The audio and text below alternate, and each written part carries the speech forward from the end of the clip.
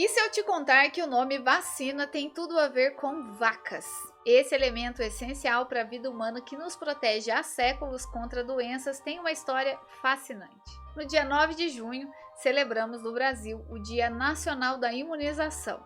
Em pleno 2024, ainda há quem demonize e se oponha às vacinas e à ciência. Hoje vamos explorar como tudo começou e desmistificar algumas ideias errôneas, mostrando a importância crucial desses imunizantes. Se ainda não é inscrito, clica para se inscrever e não perca nenhuma das nossas histórias, as mais incríveis viagens através do tempo. Considere entrar para o nosso grupo de membros do canal, os mochileiros, desbravadores e viajantes do tempo, que apoiam o canal e nos ajudam a crescer, ou nos apoie também deixando um like, um comentário, que nos ajuda demais. Meu nome é Vanessa Silva, uma historiadora em formação, e a quem interessar, essa é a história que eu vou contar hoje. Como surgiram as vacinas.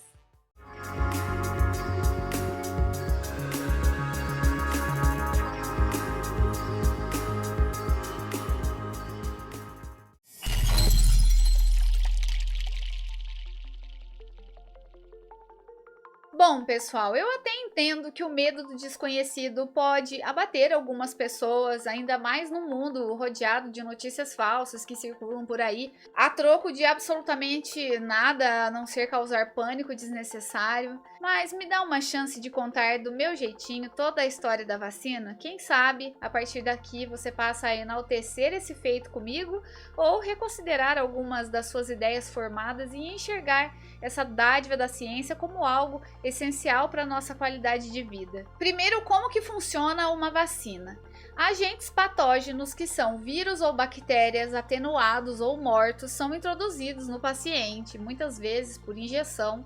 Glóbulos brancos são ativados para produzir anticorpos que combatem a doença.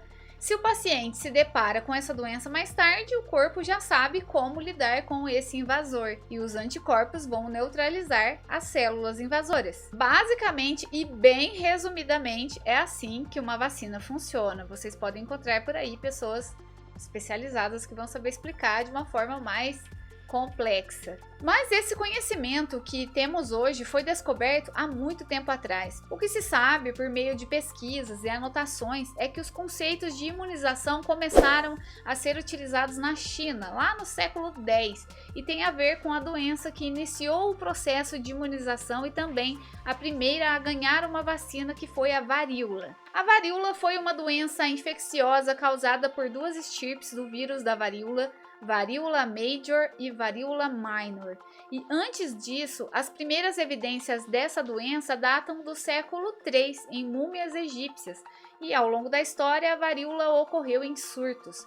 Estima-se que no século XVIII, na Europa, cerca de 400 mil pessoas morriam por varíola por ano, e 1/3 dos casos resultava em cegueira. Bom, lá na China do século X, o método utilizado pode soar bem esquisito se a gente comparar com o que vemos hoje. Naquele tempo, os chineses utilizavam fragmentos das feridas das pessoas contaminadas, transformavam esses fragmentos em pó, armazenavam e passavam o pó sobre as erupções de outras pessoas também contaminadas. E isso estimulava o sistema imunológico a acelerar a recuperação dos pacientes. Tá bom, mas e a vacinação do modo que a gente conhece hoje em dia? Ela foi desenvolvida pelas mãos de um homem chamado Edward Jenner, um médico inglês. Jenner observou que um número expressivo de pessoas tinha uma certa imunidade à varíola.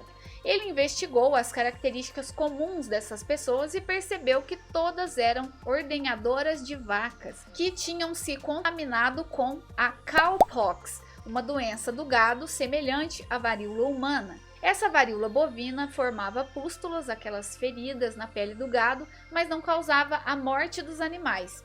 Após uma série de experiências, Jenner constatou que os indivíduos que tinham contato com a doença dos animais se mantinham mais resistentes à varíola humana, mesmo quando inoculados com o vírus. Foi então que, em 14 de maio de 1796, Jenner resolveu inocular o vírus da varíola bovina num garoto chamado James Phipps, de 8 anos, por meio de 2 pequenos cortes na pele do braço do menino. Ele utilizou o pus retirado de uma pústula da mão de Sarah Nelmes, uma ordenhadora que sofria da varíola bovina. O garoto contraiu uma infecção branda e 10 dias depois já estava recuperado. Meses depois, Jenner inoculou no mesmo menino um pus da varíola humana e o menino não adoeceu, comprovando que estava imunizado. Com essa experiência, Edward Jenner descobriu a vacina. Ou quase isso.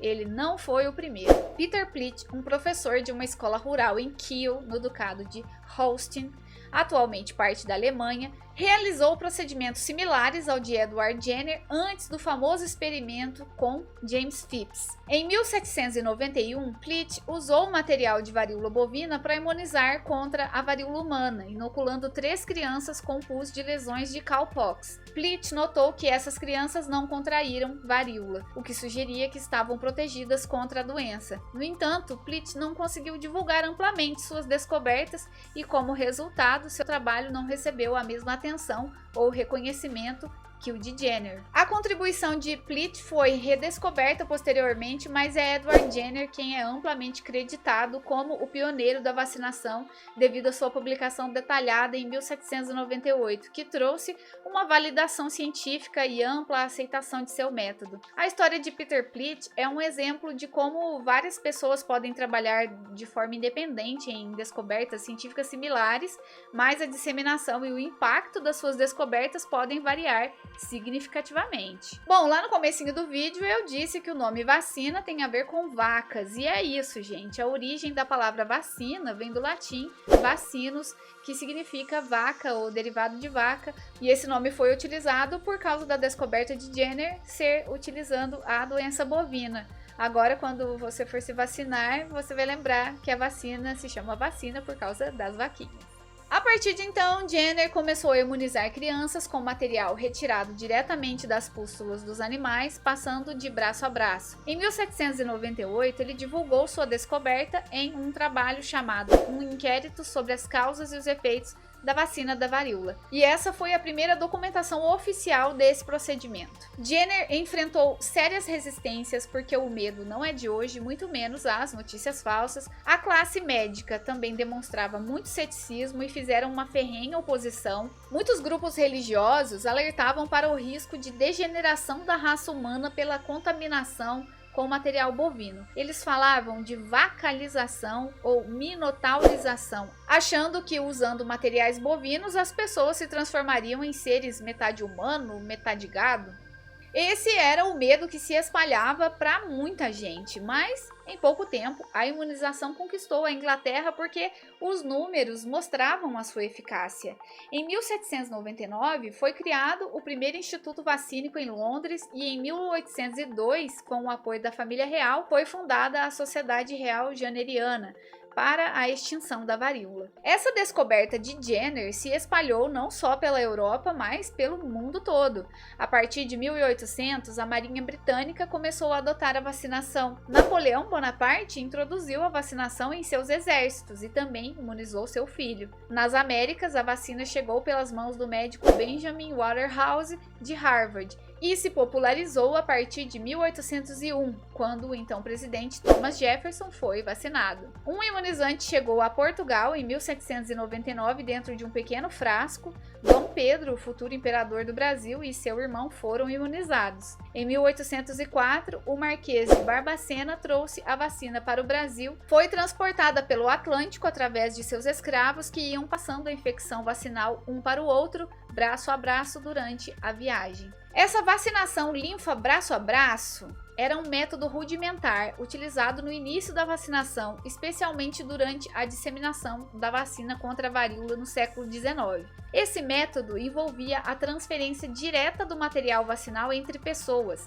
sem intermediários como seringas modernas ou frascos estéreis. E ela funcionava assim: uma pessoa era inoculada com material vacinal, que geralmente consistia no pus ou linfa, que é um líquido claro contendo o vírus extraído das pústulas de uma pessoa ou animal infectado com a varíola bovina. Após essa inoculação, a pessoa desenvolvia pústulas no local da inoculação contendo o vírus. Depois que essas pústulas amadureciam, a linfa era coletada das pústulas com uma lanceta ou algum instrumento afiado. A linfa recém-coletada era então imediatamente inoculada em outra pessoa. Esse processo era feito introduzindo a linfa na pele do novo paciente através de uma pequena incisão ou escarificação, um tipo de ferida feita para inoculação, geralmente no braço. O ciclo era repetido, com a linfa sendo transferida de pessoa para pessoa. Esse método permitia a imunização de muitas pessoas em sequência, utilizando o mesmo material vacinal inicial, mas isso trazia, claro, tantos benefícios como riscos, pois esse método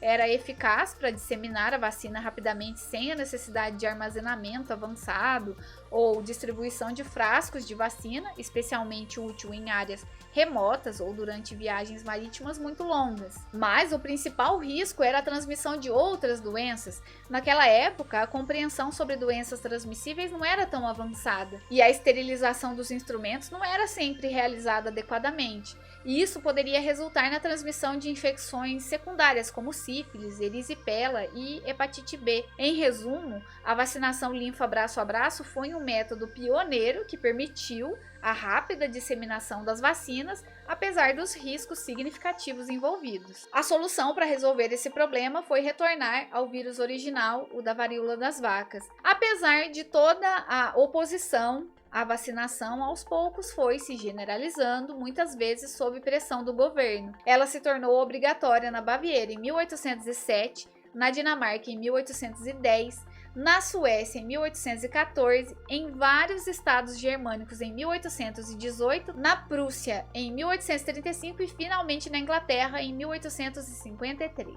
Mas mesmo assim, a oposição à vacina nunca cessou. Camponesas francesas se recusavam a imunizar os seus filhos, porque pensavam que se eles pegassem a varíola, isso ia trazer para eles degradação física, o que os tornaria inaptos para o serviço militar e, portanto, para a guerra. Ou seja, elas preferiam eles doentes com uma doença mortífera em casa do que na guerra. Vacinadores eram obrigados a pagar para conseguir voluntários que se deixassem inocular com o vírus e assim o conservavam. Para muitos, a imunização causava repulsa e medo, porque o fluido vacinal era conservado em jovens confiados à caridade pública. Sem contar que, como surgiram portadores de doenças venéreas e outras moléstias, incluindo casos de sífilis, erisipela e hepatite B, que era uma doença ainda desconhecida na época, as pessoas associavam todas essas doenças à vacina da varíola. Assim como a gente vê hoje em dia conversas por aí de não toma vacina porque ela dá problemas do coração, problemas de saúde.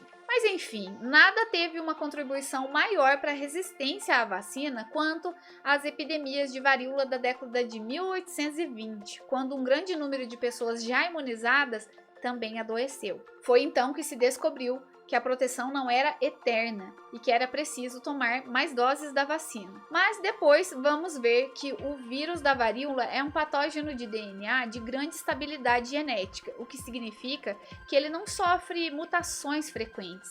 Ele infecta exclusivamente humanos, sem hospedeiros, animais ou vetores intermediários, e essas características permitiram a sua erradicação, já que a vacinação eficaz, que conferia imunidade duradoura, pôde interromper completamente a transmissão do vírus. Mas já que a gente vai chegar lá. Toda essa história envolvendo a vacina da varíola causou uma verdadeira revolução na ciência. Em 6 de julho de 1885, chegava ao laboratório de Louis Pasteur um menino alsaciano de 9 anos chamado Joseph Meister, que havia sido mordido por um cão infectado com raiva. Pasteur, que vinha desenvolvendo pesquisas na atenuação do vírus da raiva, injetou na criança material proveniente da medula de um coelho infectado e ao todo foram 13 inoculações, cada uma com um material mais virulento. Meister não contraiu a doença. Em 26 de outubro, Pasteur comunicou à Academia de Ciências que havia descoberto um imunizante contra a raiva, que chamou de vacina em homenagem a Jenner. Louis Pasteur já era famoso quando salvou Meister. Ele já havia desenvolvido pesquisas sobre fermentação, elaborando um método para a conservação da cerveja, a pasteurização. E é daí que vem o nome, Pasteur, pasteurização. Ele também formulou a teoria da origem microbiana das doenças, comprovou que a doença carbúnculo era causada por um micro-organismo e descobriu o estafilococo, um gênero de bactérias gram-positivas e um dos mais comuns patógenos humanos. Ele também desenvolveu imunizantes contra a cólera das galinhas e o carbúnculo do gado. As vacinas de Pasteur foram as primeiras obtidas seguindo uma metodologia científica. Ele é o fundador da moderna microbiologia e da medicina experimental, revolucionando a ciência ao desenvolver um imunizante produzido sistematicamente por um método que podia ser generalizado. Mesmo que a ciência seguisse evoluindo em relação às vacinas, aqui no Brasil houve uma verdadeira revolta anti-vacina em 1904. Vocês acham que é só hoje que existem pessoas contra a vacina e notícias absurdas sendo espalhadas por aí? Não, não, não. Questões políticas, medo e fake news existem desde sempre. Teve um momento onde pessoas foram às ruas protestar no que entrou para a história e ficou conhecido como a Revolta da Vacina. Isso aconteceu entre 10 e 16 de 1904. O saldo final foi de 945 prisões, 110 feridos e 30 pessoas sem vida. Para entender como isso aconteceu, é preciso dizer que o médico sanitarista Oswaldo Cruz, pioneiro no estudo das moléstias tropicais e da microbiologia no Brasil e um dos principais personagens desse acontecimento histórico. Após estudar microbiologia no Instituto Pasteur, na França, voltou ao Brasil decidido a dedicar esforço para tentar erradicar algumas doenças que estavam assolando o país. Sua jornada começou junto com os também médicos sanitaristas Vital Brasil, Emílio Ribas e Adolfo Lutz, com o controle dos surtos de peste bubônica que se abatia sobre os portos de Santos e do Rio de Janeiro na virada do século XIX para o século XX. A principal ação foi eliminar roedores que eram vetores da doença. Com isso, Oswaldo Cruz se tornou conhecido. Em 1913, assumiu o cargo de diretor-geral de saúde pública no governo federal, com a missão de combater a febre amarela. Para isso, ele viajou até Cuba, um país que havia conseguido controlar a febre amarela. Lá ele conheceu os estudos do médico cientista cubano Juan Carlos Finlay, que já havia descoberto que a transmissão da doença acontece por meio do mosquito Aedes aegypti. De volta ao Brasil, ele determinou a limpeza de focos de pernilongo e isolamento de pessoas doentes. A população e a imprensa da época não gostaram do método, mas o resultado apareceu, pois o número de casos começou a cair. Mas ainda faltava controlar a varíola. Na época, o Rio de Janeiro era a maior cidade do Brasil e tinha cerca de 800 mil habitantes. A questão sanitária era um problema, rede de esgoto e água precárias, não tinha coleta de lixo e doenças como a varíola, cólera, tuberculose, sarampo e difteria eram muito comuns. Dentre elas, a varíola era das mais letais, pois não tinha tratamento. Ela chegou a matar cerca de 300 milhões de pessoas somente no século XX. Em meados de 1904, um surto de varíola atingiu o Rio de Janeiro, com cerca de 1.800 pacientes internados no Hospital São Sebastião. No inverno do mesmo ano, 3.500 pessoas morreram por conta da doença, levando Oswaldo Cruz, já diretor de saúde, a propor ao governo que enviasse ao Congresso um projeto para instaurar a obrigatoriedade da vacinação contra a varíola em solo nacional. A vacinação contra a varíola no Rio de Janeiro já era obrigatória para crianças desde 1837 e para adultos desde 1846, mas essa obrigatoriedade não era cumprida porque a produção de vacinas era baixa, tendo alcançado a escala comercial apenas em 1884. Para que essa vacinação obrigatória funcionasse, de fato, um novo projeto de lei foi aprovado na Câmara, sendo regulamentada em novembro do mesmo ano pela Lei 1261 em 31 de outubro de 1904. Essa lei dava poder às autoridades sanitárias para aplicar multas aos que se recusassem a tomar a vacina e exigir um atestado de vacinação para se matricular em escolas, realizar casamentos e viagens e até para conseguir emprego. A rejeição veio principalmente dos opositores do então presidente Francisco de Paula Rodrigues Alves. Desde 1898, o Brasil era governado por políticos de São Paulo e Minas Gerais, que se alternavam no poder em um período conhecido como República do Café com Leite. A obrigatoriedade da vacinação foi usada pelos opositores conservadores como pretexto contra o presidente Rodrigues Alves.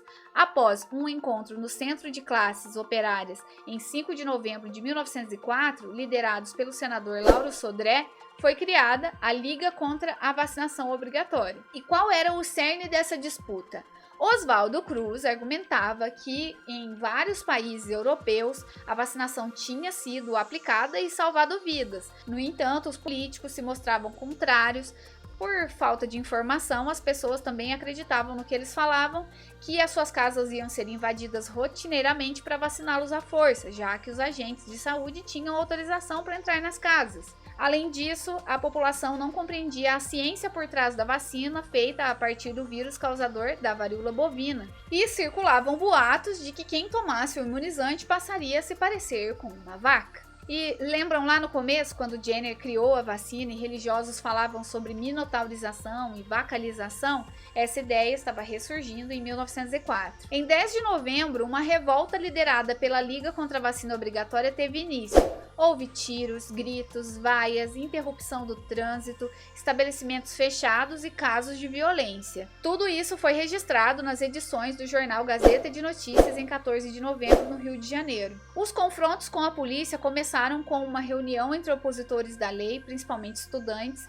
Durante dias, mais de 2.000 pessoas protestaram e enfrentaram as forças governamentais, com lojas fechadas e o transporte público caótico. Com a escalada dos conflitos, em 16 de novembro foi declarado estado de sítio, o que suspende temporariamente os direitos dos cidadãos, e o governo conseguiu controlar a situação, com o movimento perdendo força e se desarticulando. No mesmo dia, o presidente Rodrigues Alves revogou a lei da obrigatoriedade, mas manteve Oswaldo Cruz, principal alvo dos protestos, como diretor de saúde pública. Em 1906, 2 anos após a revolta da vacina, o número de mortes por varíola caiu para 9 casos, porque muita gente optou pela vacinação. Mas aí, em 1908, com a diminuição da imunização, uma epidemia intensa da doença levou a 6.500 mortes. Com medo da varíola, a população começou a procurar voluntariamente os postos de saúde para se vacinar, inspirada pelo baixo número de casos dos anos anteriores. Atualmente, a varíola é uma doença do passado graças à imunização. Em 26 de outubro de 1977, foi registrado na Somália o último caso de varíola transmitida naturalmente. Em 11 de agosto de 1978, mais um caso seria registrado, curiosamente em Birmingham, na Inglaterra.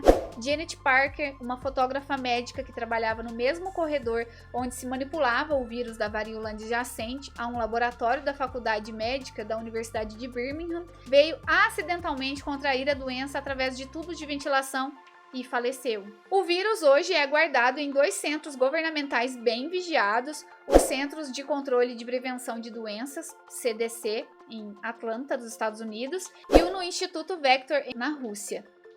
Em 1979, a vacinação contra a varíola foi encerrada no Brasil. A imunidade produzida pela vacina dura cerca de 30 anos. Como já falei antes, a estabilidade genética desse vírus permitiu a imunização contra 100% dos casos. A vacina é eficaz. Além disso, a vacina é barata e estável. Entre 1973 e 1978, a OMS concedeu a certificação de erradicação da varíola em 46 países. E em 1980, a varíola humana foi considerada erradicada em todo o planeta. E isso, meus amigos, foi graças à vacina. O desenvolvimento da vacina contra a varíola por Edward Jenner no final do século XVIII marcou o início da era das vacinas. A metodologia de Jenner, baseada na inoculação do material de varíola bovina, estabeleceu um modelo para futuras vacinas. Essa jornada científica influenciou no desenvolvimento de várias outras vacinas importantes, usando o mesmo conceito simples de fazer o nosso corpo aprender a receita do invasor e, quando se infecta, seu corpo já conhece e sabe como contra-atacar. Uma outra vacina, a tríplice, ou DTP, protege contra difteria, tétano e coqueluche. Em 1891, Emil von Behring desenvolveu a antitoxina diftérica e, posteriormente, com os avanços de Behring e outros, surgiram vacinas combinadas, que foram aprimoradas ao longo do século XX, para incluir toxoides diftérico e tetânico, bem como componentes para imunizar contra a coqueluche. Uma outra também, a BCG, é essa vacina que deixa uma marquinha no nosso braço contra a tuberculose, foi desenvolvida por Albert Calmet e Camille Guérin em 1909, utilizando um bacilo de virulência atenuada. Após testes bem-sucedidos, a BCG passou a ser utilizada regularmente como a primeira vacina bacteriana atenuada.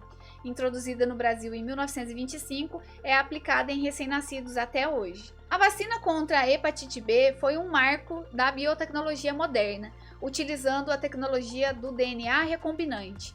Cientistas inseriram um segmento de genoma do vírus da hepatite B em micro-organismos não patogênicos para introduzir a proteína viral que estimula a produção de anticorpos sem causar a doença. Essa vacina foi a primeira de uma nova geração de imunizantes derivados de engenharia genética. Bom, mas nenhum imunizante contribuiu tanto para popularizar a vacina como contra a poliomielite, a paralisia infantil. Essa doença é conhecida desde a antiguidade e passou a assumir importância como um problema de saúde pública no final do século passado, ao surgirem formas epidêmicas nos Estados Unidos e na Europa. Nessa doença, a pessoa tinha dificuldades motoras ou, em casos muito críticos, problemas para respirar, o que fez surgir outro símbolo triste dessa doença, que foi o chamado pulmão de ferro, uma câmara hermética em que dava uma sobrevida aos pacientes infectados pela polio que necessitavam de auxílio na respiração. Alguns ficavam nesse equipamento por alguns dias ou meses ou então por toda a vida. Como foi o caso de Paul Alexander, que usou o aparelho em 1952 e assim ficou até o dia da sua morte em 2024, internado em um estado delicado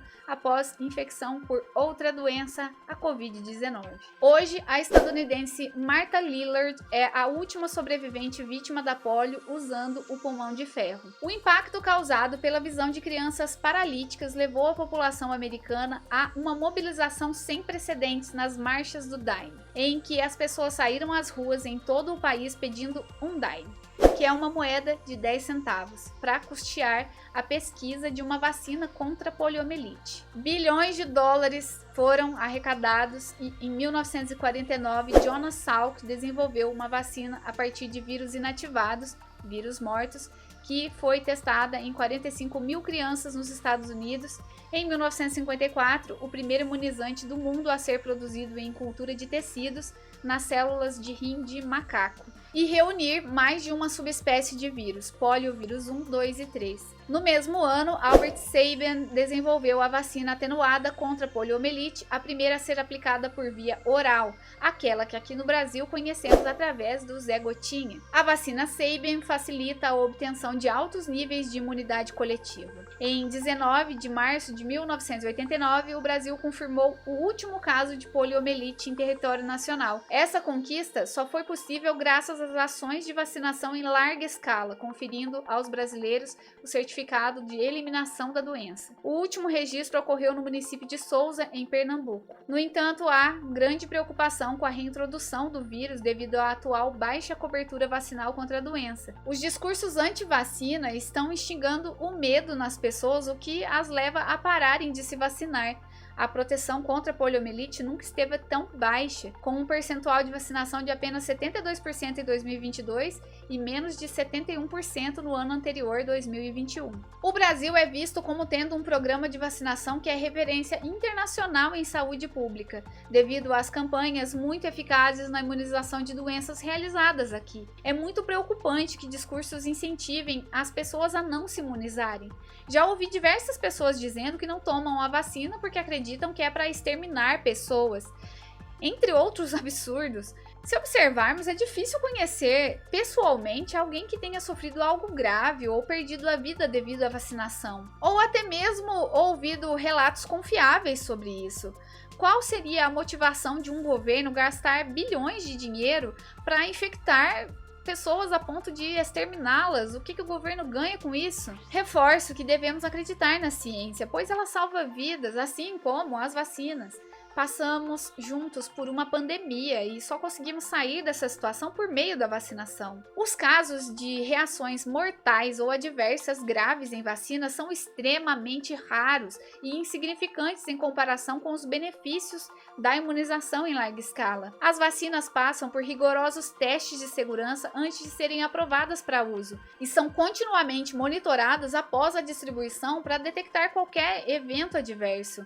As agências reguladoras de saúde em todo o mundo, como a FDA nos Estados Unidos ou a Anvisa aqui no Brasil, mantêm sistemas de vigilância para avaliar a segurança das vacinas.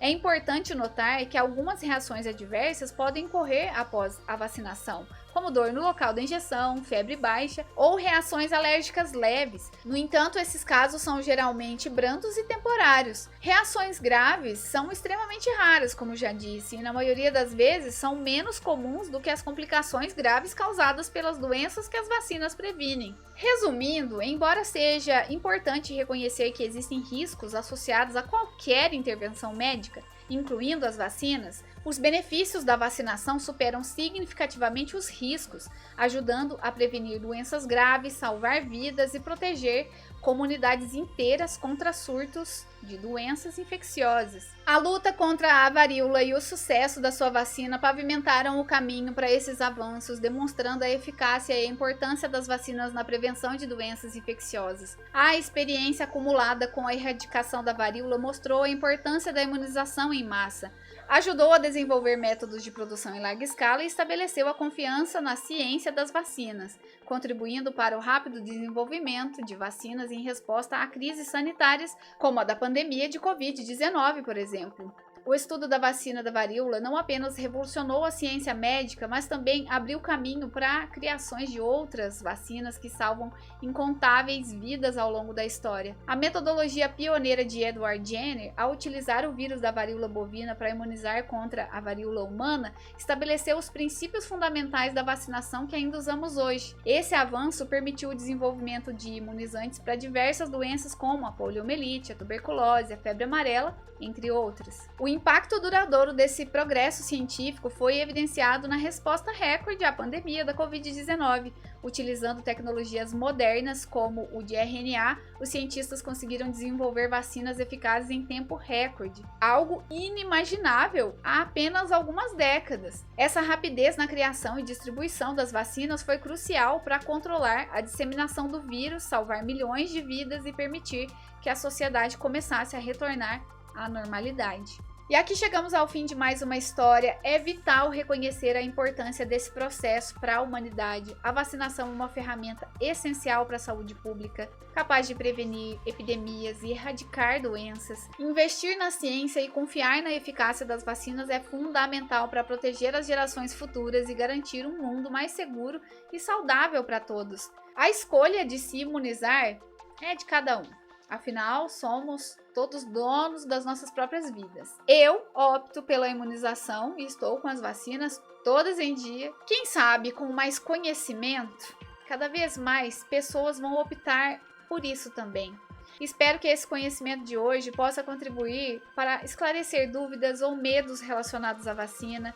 Quem está vivo em 2024 é uma prova do poder das vacinas diante da pandemia que enfrentamos, mesmo que tenha sido a um preço tão alto, onde perdemos tantas pessoas pela relutância nos métodos de prevenção e as mesmas notícias falsas que nunca cessam. Comentem abaixo o que pensam sobre esse assunto, se gostaram, se inscrevam no canal, deixem um like e compartilhem com alguém que possa se interessar. Na descrição do vídeo vocês vão encontrar as fontes de onde baseamos o nosso roteiro de hoje.